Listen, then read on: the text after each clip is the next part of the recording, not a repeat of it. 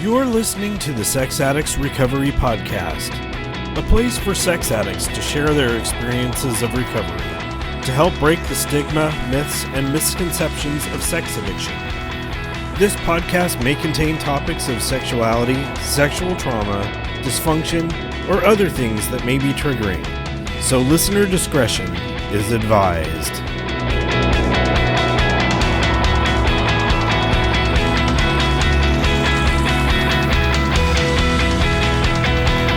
Hello, and welcome to the Sex Addicts Recovery Podcast. My name is Jason, I'm a sex addict, and I will be your podcast host for today. What's going on, everyone? Welcome to episode 118 of the Sex Addicts Recovery Podcast. In this episode, we'll be featuring an Experience, Strength, and Hope share from the noon Zoom room, and this one will be featuring art. We recorded this a few weeks ago in January, and I'm excited to be sharing it. Before getting to the reading, I wanted to mention that at the end of this episode, I'll be reading some listener emails, YouTube comments, and reviews on Apple Podcasts. And I will also be playing some music from listener suggestions as well as my own. So while listening to Art's share, I remember him talking about a newcomer's reading for meetings.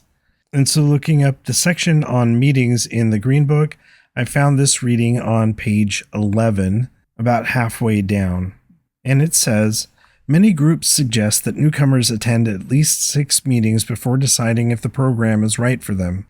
If we don't feel comfortable at a particular meeting, we can try another. It is suggested that we make attending meetings a priority in our lives. We need the support, encouragement, and sense of belonging that meetings give us in order to make the dramatic changes in our lives that recovery brings.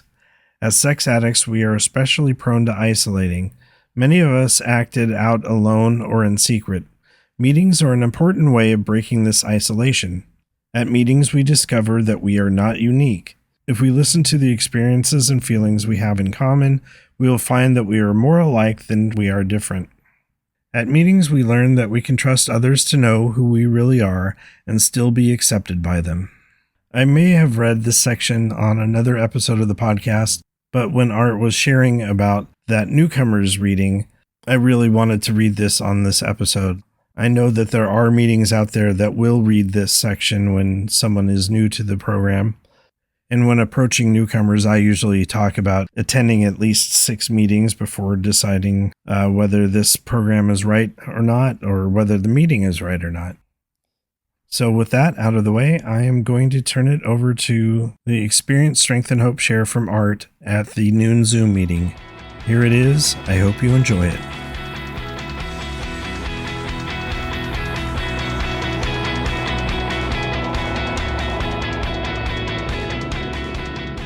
First of all, I should say what an honor it is to have been asked to do this and how humbling it is to sit and think about how to talk about this because of the nature of why I'm here, of course, and why we're all here, having been on a lot of meetings in the past 4 years, knowing full well that a meeting like this is a judgment-free, supportive zone. I can still feel my fears tug at me, something over which I'm powerless.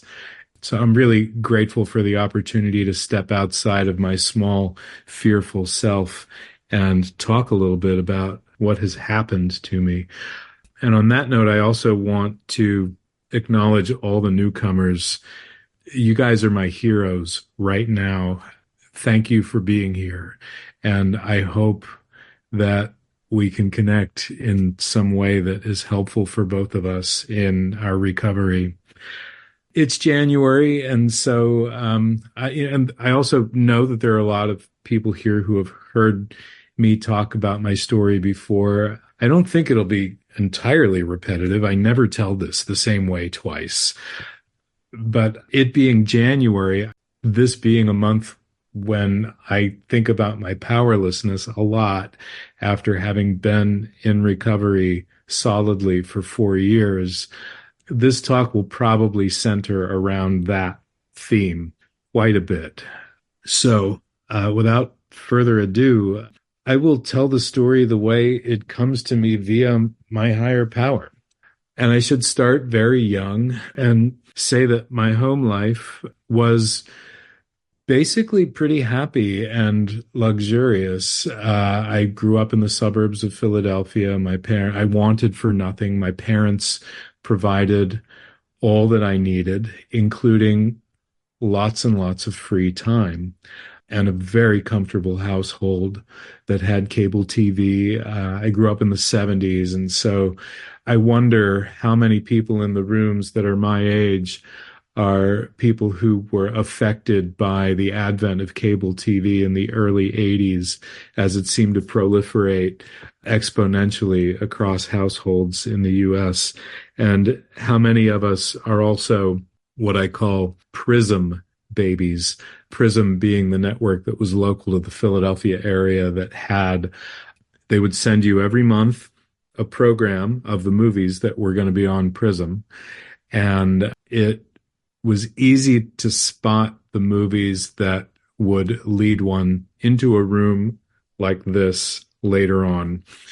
They didn't have any description of who was in it or what the plot was or anything like that. And the titles were pretty easy to understand. They were also always on Friday and Saturday nights. And so my curiosity by the time I was 13 in 1980 had already been stoked quite a bit by growing up in a household with two sisters who brought their friends over quite a bit. They were older than I was by about 8 and 10 years each.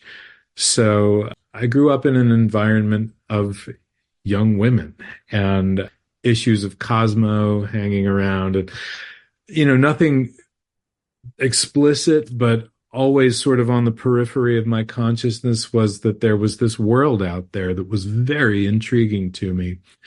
It was very much a don't ask, don't tell household.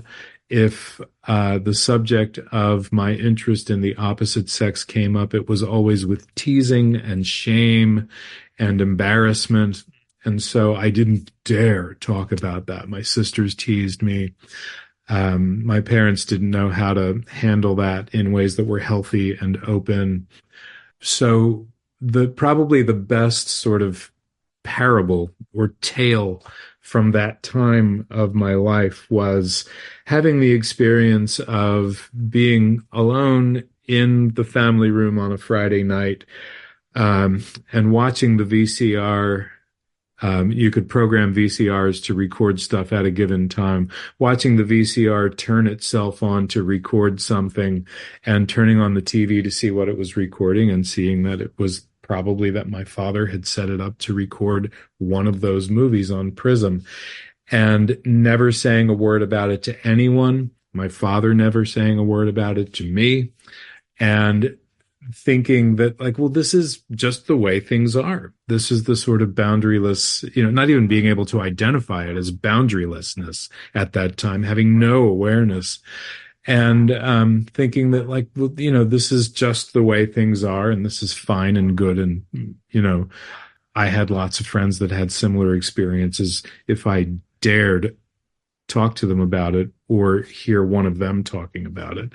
So this was all normalized for me. And I had no idea that, as I started to develop relationships with, girlfriends at a very early time, I was like one of the first guys in my school to have a girlfriend, right? Those relationships, as they developed into adulthood, always wound up being a part of a patterned serial monogamy. What I didn't realize until I did my step 5 and looked back and actually read my step 5 aloud for my sponsor later on was that the pattern was quite simple. I have no idea how I couldn't see it. It was just the cunning and baffling part of this addiction that I couldn't see this, but the pattern was very simple. Have a girlfriend, things get real, and then things get complicated, and then my fear kicked in, and there was my pornography waiting for me. And that was the triangulation that carried me all the way through up to my first discovery. In the meantime, as that pattern continued to become reinforced, depending on the way the relationship ended, it was either that I had moved on because it got too real and I found a way to blame her and convince myself that she was crazy or she was the problem, or I would virtue signal my way through a breakup wherein I took the quote unquote high road and said, oh no, it's all me. I'm the problem, and would feel really good about myself, for that sort of self-deception. Didn't know any of this at the time. And of course, the opportunity was always there if she broke my heart. The opportunity was always there for me to say, well, look at how badly I want to be in a long-term relationship. My heart is all over the floor. Meanwhile, I didn't even realize that usually, I can see it now, but I didn't realize at the time that the reason why, at the risk of all or nothing thinking, every one of the women who left me instead of the other way around had already been on the receiving end of substantial avoidant behavior by me. And so I had really left her first, but wanted to keep her around. So another sort of monumental thing that happened to me as I continued to, of course, find ways to, private habits, very secret habit of pornography that was acute. I got a job as a professor at an all-women's art college. And this was like pouring gasoline on all of my addict-related defects, including the cunning and baffling part where I found ways to rationalize my behavior. And if I had any inkling that I had a problem, proportionally, the greater part of it was my own egoistic awareness of my management of it. So, for example, I knew that I could lose my job if I dated any of my students, and therefore I never did. And therefore I thought I had control over the way I approached the opposite sex. All I was doing was what one would call grooming. And anyone from whom I received a vibe that I thought was attractive was then on the receiving end of a sort of tempered but steady and kind attention from me until after the mortarboard went flying through the air, at which time, I would find my way to that person and get their phone number and, off we would go, right? And so this looked like a legitimate practice to me, finding the one, but of course there was never one, right? Beyond that, the relationships never lasted, and they were always, the best part of the relationships in my addict mind was always the part when it was at its most physical. The rest of it was just a disaster. And it was all of that emotional entanglement, that fear-based emotional entanglement that I couldn't see. As time went on and I got older and less attractive and, angrier at I really did think I wanted to settle down. And yet my addict brain did not want that. So I was always on the horns of a dilemma, on the one hand, wanting not to be alone, wanting connection, but on the other hand, just wanting to satisfy my addict mind. And running concurrently with all of this was the fact that high-speed internet porn had really taken off, and I had allowed it to take over. I found online sex and was at the same time making more money and was able to pay for that, and at the same time was working on a PhD. And that required a lot of screen time and a lot of alone time. You can't write while being social. I met my wife, my future wife, and at the same time finished my dissertation. That in the same year was when we had our first discovery. I hid, was defensive, told her to go away because she was invading my privacy, blamed her, thought that she was invasive, was resentful of her, and then, of course, immediately missed her because we really did fall in love. It took about a year for her to want to be in the same room with me. In that year, I had gotten sober, but not in program. One of the seeds that was planted for a later discovery was my denial that I might be an addict. I stayed sober for 4 years by making it my goal to get back into her good graces and marry her. And that became my higher power. It worked for a little while. And then about 4 years, 3 years into the marriage, 4 years into the entire relationship, I started acting out again.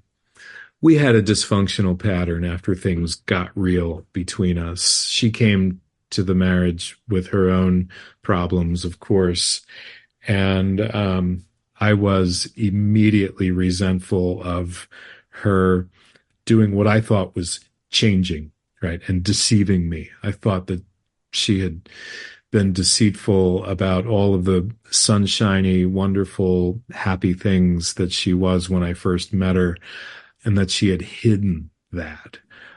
Of course, that wasn't the case, but it was all the entitlement I needed to become an acting out person again.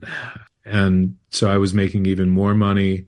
High-speed internet porn had become way more advanced. And I continued to act out for about 6 years after that in secret. We had separate bank accounts. I insisted that I didn't want her frugality to get in the way of what I did with my money, and that the quid pro quo there was that I wouldn't dare ever look at her money. And so used a sort of diabolical sort of Darvo technique of saying that, if the shoe was on the other foot in this other unicorn universe where I would be asking you to act like me, I would be a great guy. And therefore you have to be a great person too. I had no idea that I was manipulating her consciousness in this way. When we had discovery and I got into program, what happened for me was awareness, powerlessness, right? And it just so happened that my discovery was in December and I got into program in January and was able to think about my powerlessness and think about all of the ways in which it manifested. And each year I hear and see more of my powerlessness in so many of my behaviors, ones that don't even ostensibly on the surface have to do with my addiction, but now I can see feed my addiction.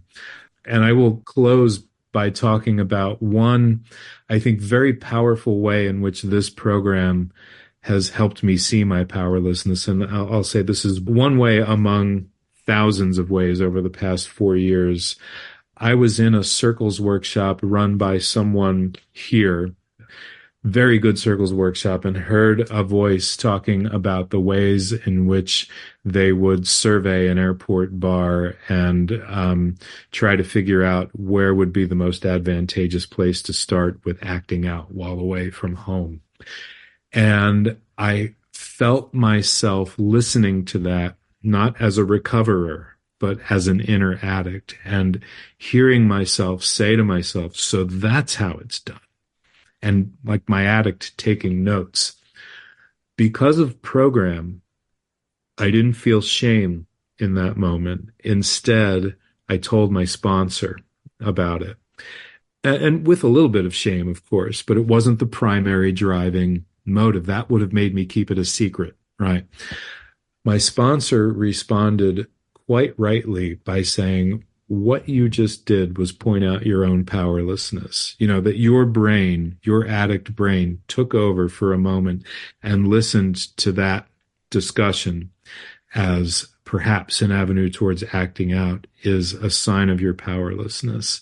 And I challenge you to have an awareness of your own powerlessness and try to carry that with you, but also to continue to talk things out with other people. So if I hadn't been in that circles workshop, and if I hadn't been in rooms that led me to a sponsor and working my way backwards, if I hadn't had discovery and the gift of desperation, I wouldn't have sobriety, and I wouldn't have the tools of recovery that I'm talking about that have allowed me to stay. Instead of I've got 4 years, I can just say I've got today.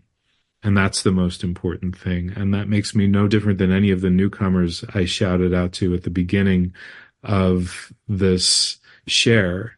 You guys are just like me in that we both have today, and that's it. It's a one day at a time program. And if I begin to feel myself creeping towards acting out, I have awarenesses that allow me to measure that and know which tools to reach for. So all I can say at the end of all of this is that I'm extremely humbled by everything that brought me here. And this room has a lot of recovery in it. And I have been in this room enough times to know that I want to keep coming back to this room. And I'm very grateful for all of the awareness that you all have given me. And with that, I will pass. Thank you so much, Art. This meeting is now open for discussion. While sharing, please refrain from crosstalk. Crosstalk is defined as giving advice, responding directly to a sharer, or expressing your comments to particular individuals. We use the I or me language to avoid speaking on behalf of others. To avoid triggering others, we ask that you refrain from giving graphic details or naming specifics such as websites and acting out locations. And with that, we'll start with our first sharer. That will be David P. Thank you so much, Frank. Hey, Art, thank you for agreeing to be with us today. I recognized a couple of things in here about myself, and the first part when you were talking about grooming and how you began to groom, I'm sure that was somewhere along the line of learned behavior. I was groomed at a very early age, over-sexualized at a very early age.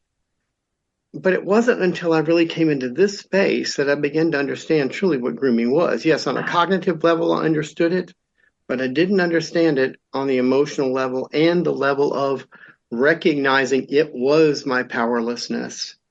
As you so pointed out in your situation, talking about your powerlessness, I so appreciate, I've still got to claim that grooming is still part of my powerlessness and something that I'm continuing to work on. So thank you for sharing with us today with such openness. You're a good man, brother. Thank you for being with us. Thank you, David P. Sean O. Thanks, Frank. My name's Sean. I'm one of you. I belong here. And Art, wow. Thank you for sharing your experience, strength, and hope.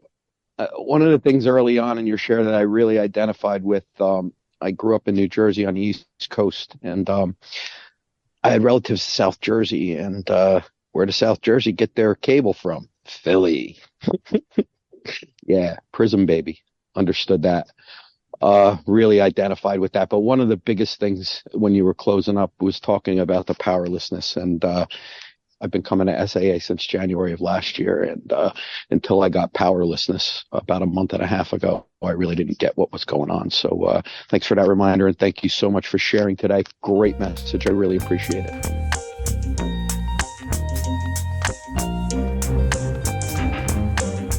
Many thanks to Art for sharing at the meeting and allowing this to be used for the podcast. I really, really appreciated that. So when we do recordings at the noon meetings, we do allow for 3 shares after the speaker is done. And the third share that for this particular recording had forgotten about that. And so he asked me not to include his voice on the podcast, and I was able to do that. So we did have David and Sean, who have both been on the podcast before and okay with having their voices heard on the podcast. So at the beginning of this episode, I did mention that I wanted to read a few YouTube comments, Apple Podcast reviews, and emails. And a couple of these are really recent. And on the YouTube comment for episode 117, which was Don J sharing his first step, the comment says, "This is the most powerful first step share I've heard." Awesome. Yeah, I'm so grateful to Don and everyone else that has allowed us to use their first step on the podcast. It's an incredible experience. So awesome.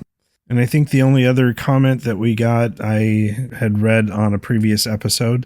So I did want to turn to a recent review of the podcast on Apple Podcasts. And like always, you can rate and review us on Apple Podcasts, and it really helps us with visibility. Currently, we only have 42 ratings, so if you want to rate the podcast, any help would be greatly appreciated. So the review that we had came in a few weeks ago and says, "A must-have tool if working recovery. Thank you to all who contribute."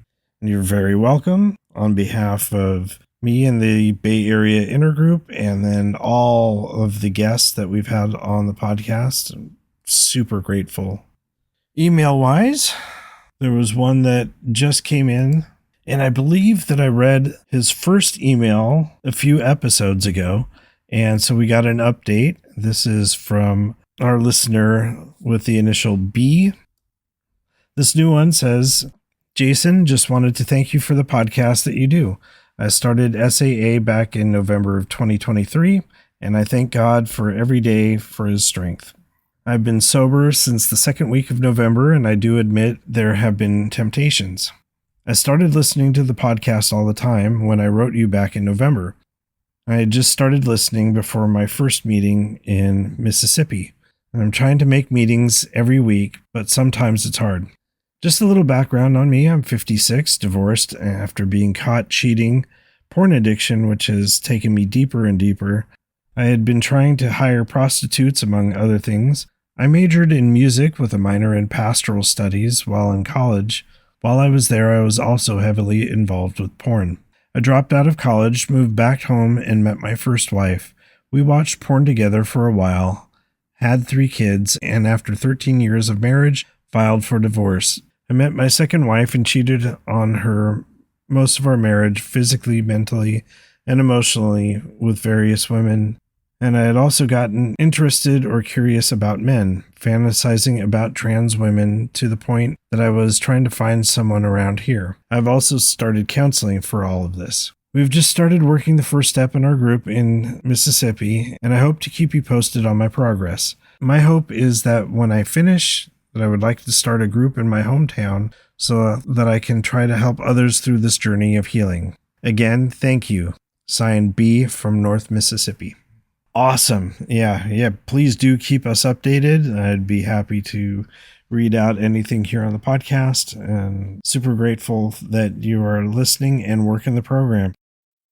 So another email I just got was from someone who books a therapist for podcasts and was wondering if I would be interested in having this guest on our podcast. I have yet to respond to this, but whenever I get emails like this, I do let them know that this is specifically about Sex Addicts Anonymous.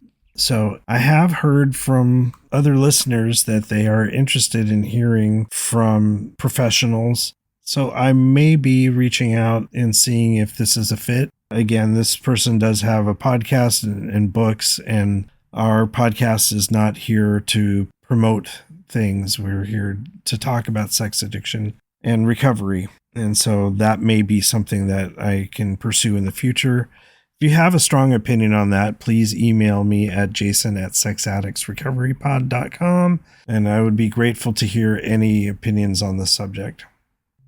So this next one came in through the Bay Area Intergroup website, and that is bayareasaa.org. And it says, "Hello, I've been listening to the podcast to help me understand my husband's addiction. I've listened to 10 episodes so far, and they're very enlightening. My husband got caught right before Christmas, and we're now in counseling, but both of us are working on keeping our relationship together.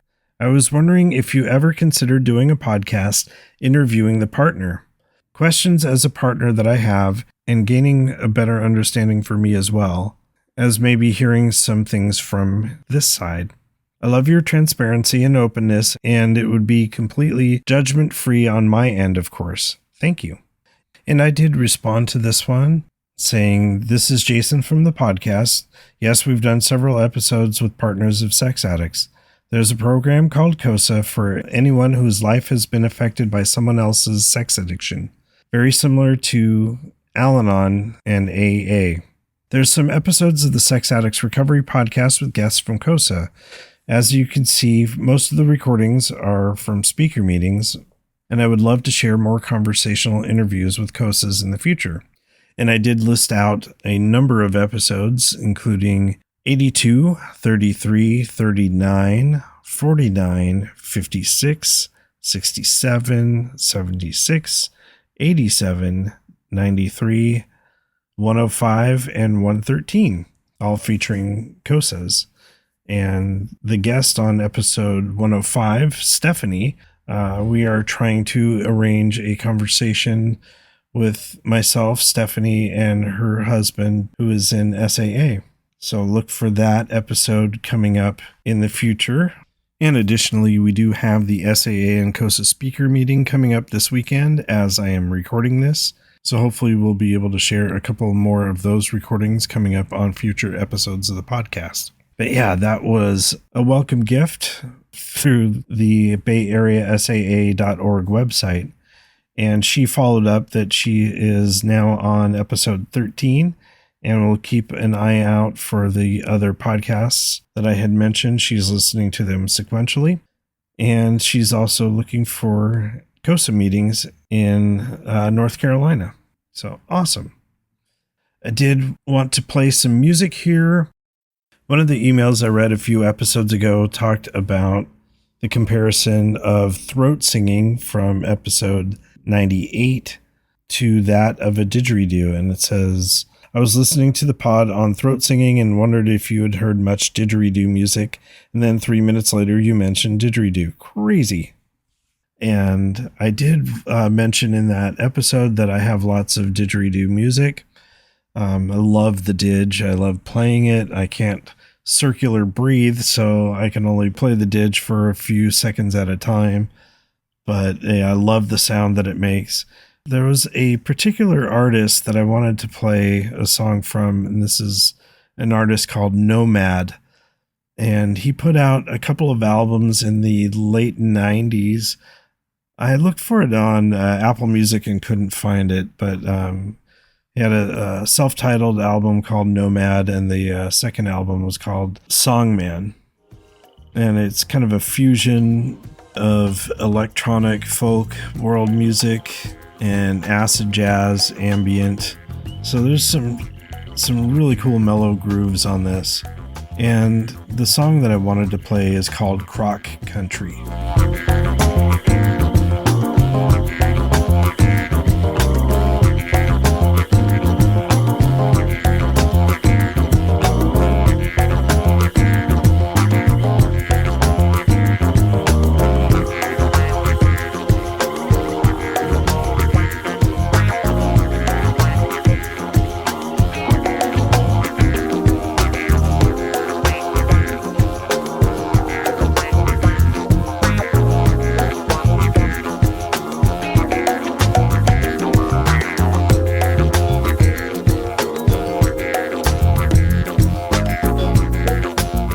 Such a really killer groove, laid back, and it's one that I have on one of my mellow mixes whenever I need to just kind of chill out. I do have a few other tracks from him that I would love to play on a future episode, and one that I absolutely love called Follow the Sun, and I'll play that at another time. But yeah, that is one that is on my spiritual mixes. Before getting to the last piece of music coming from an email, I did mention that I was going to be away for a week. I went up to Idaho to visit family, and it's so interesting that I traveled with my aunt and uncle, and my aunt and my mom were really into John Denver, and so they have their ringtones on their phones set to couple of different John Denver songs. My sister is a huge John Denver fan as well. And I had mentioned way back on episode 9 that music was part of my upbringing, and a lot of John Denver's songs really fit into my recovery as well. So kind of segueing from Croc Country with Nomad, I did want to play the song To the Wild Country.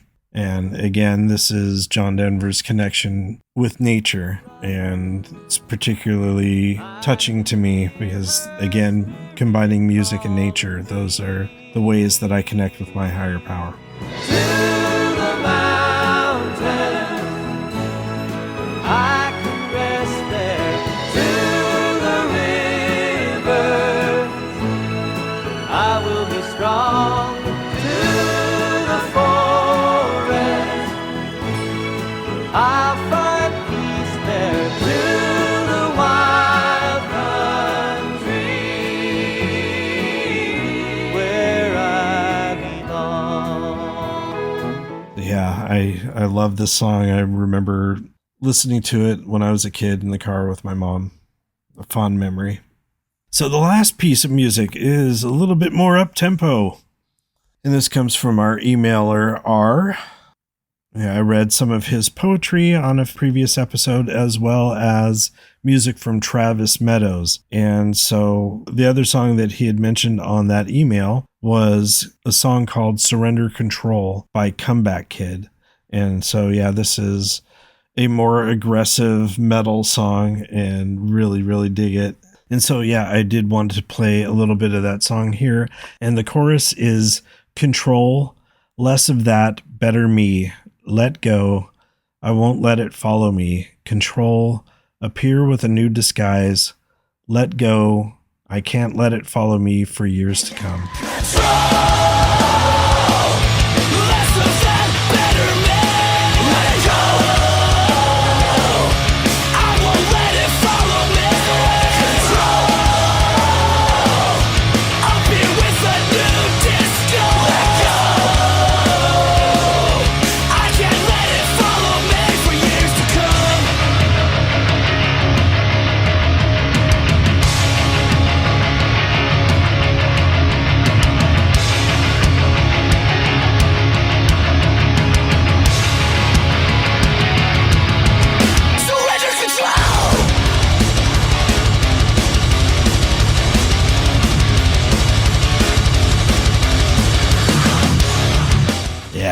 Yeah, love that. And yeah, I really wanted to play the part where they mentioned the song title, Surrender Control. That part just jams. Yeah, love that. So yeah, I had never heard Comeback Kid.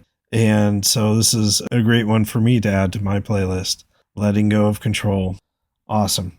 So yes, if you did want to leave feedback for the podcast, if you have songs that are in your recovery playlists or have feedback for any particular episodes, you can reach us at feedback@sexaddictsrecoverypod.com. If you wanted to get a hold of me personally, if you want to be a guest on the podcast, you can reach me at jason@sexaddictsrecoverypod.com.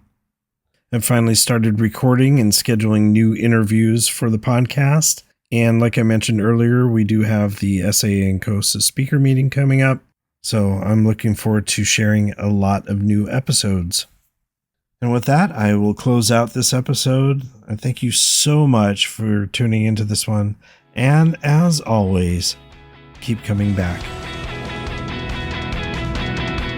The views and opinions contained in the Sex Addicts Recovery Podcast are those of the participants and do not necessarily reflect those of the Bay Area Intergroup or the ISO of SAA.